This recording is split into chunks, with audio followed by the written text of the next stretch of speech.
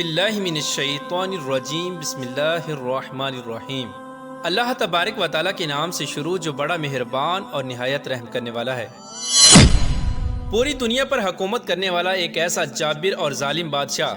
جو یہودیوں پر اللہ تبارک و تعالیٰ کا عذاب بن کر نازل ہوا، اور اس نے یہودیوں کو چن چن کر ان کا قتل عام کیا اور یہودیوں کے عروج کو زوال میں بدل دیا۔ پیارے دوستو، آج کی اس ویڈیو میں ہم آپ کو بتائیں گے کہ بخت نصر کون تھا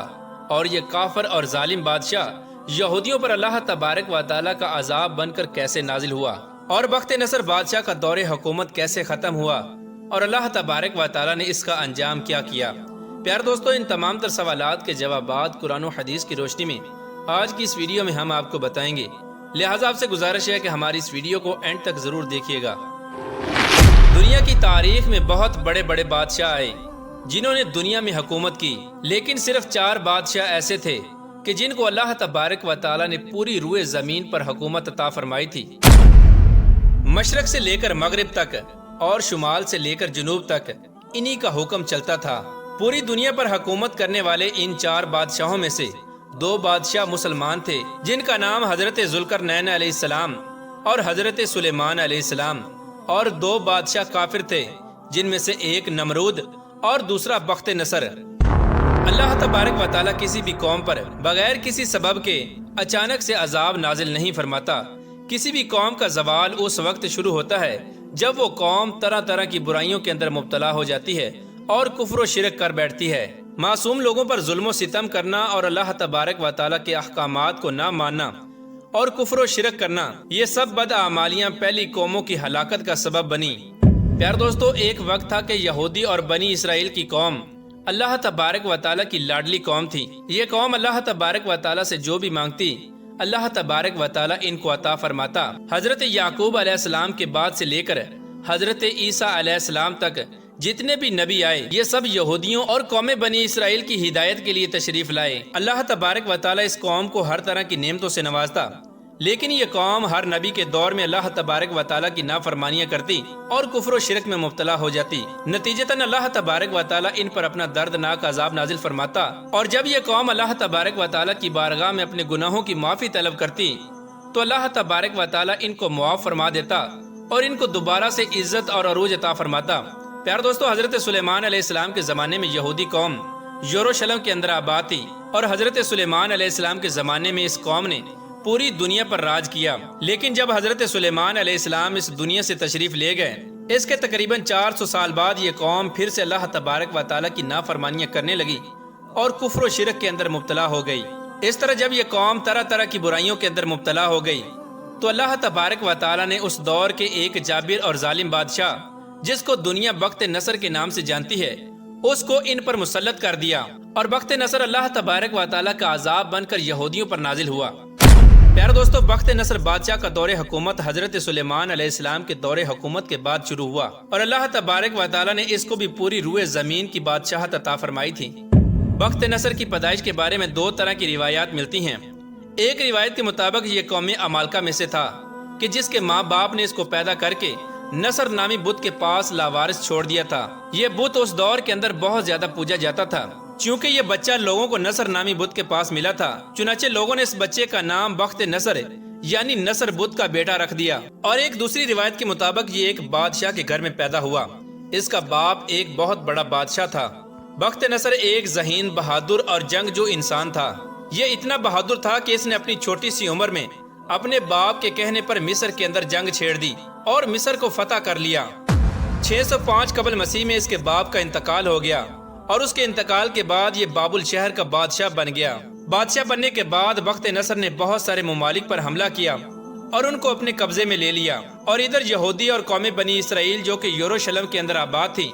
اور طرح طرح کی برائیوں کے اندر مبتلا ہو چکی تھی، یہ لوگ کھلے عام اپنی بدعمالیوں میں بدمست ہو کر اللہ تبارک و تعالیٰ کی نافرمانیاں کر رہے تھے، اور اللہ تبارک و تعالیٰ کی ذات کو چھوڑ کر کفر و شرک کے اندر مبتلا ہو چکے تھے۔ اسی دوران یہودیوں پر اللہ تبارک و تعالیٰ نے اپنا دردناک عذاب نازل فرمایا،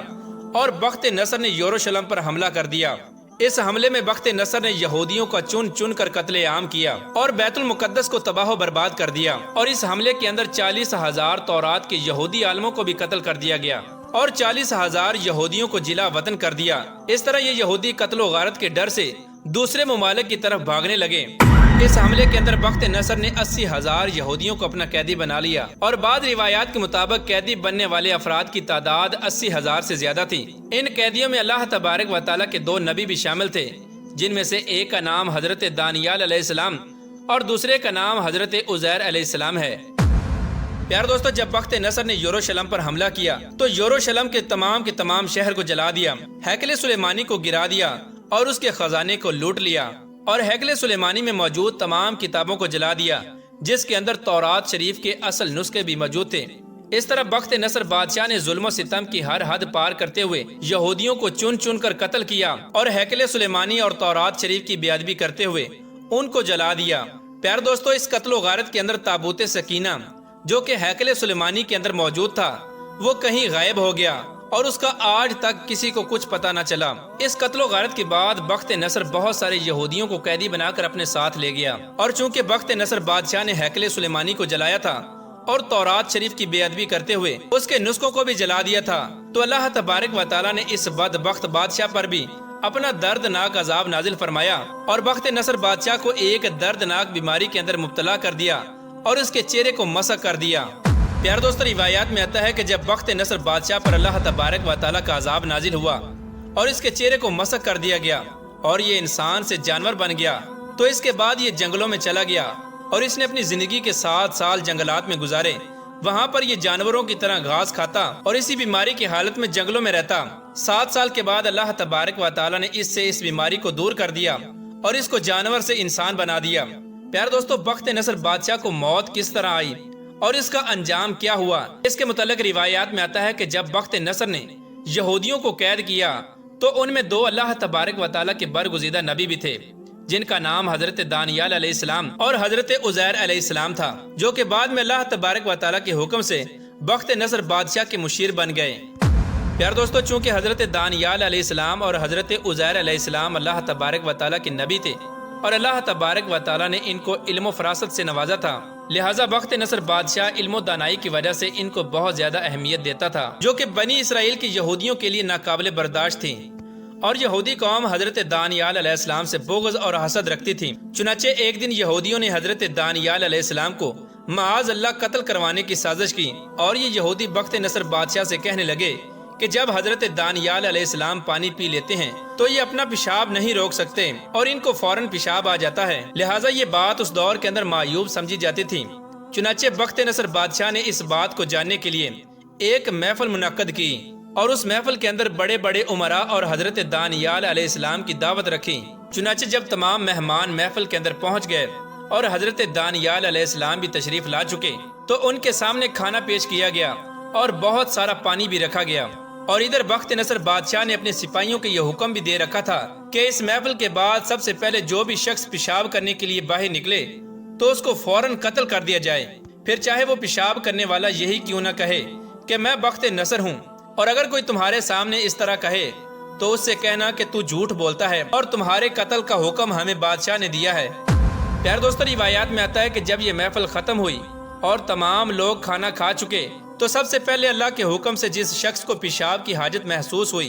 وہ بخت نصر بادشاہ تھا۔ اس طرح جب بخت نصر بادشاہ پیشاب کی غرض سے باہر نکلا، جیسے ہی بخت نصر دروازے سے باہر آیا تو باہر اندھیرا تھا، جس کی وجہ سے کسی کو کچھ پتہ نہ تھا کہ یہ کون ہے۔ چنانچہ دروازے پہ کھڑا سپاہی اس پر حملہ آور ہوا تو بخت نصر بادشاہ کہنے لگا کہ میں بخت نصر ہوں، تو اس سپاہی نے جواب دیا کہ تو جھوٹ بولتا ہے اور مجھے میرے بادشاہ نے تجھے قتل کرنے کا حکم دیا ہے۔ چنانچہ اسی دوران اس سپاہی نے تلوار سے حملہ کیا اور بخت نصر کو وہیں پر ہلاک کر دیا۔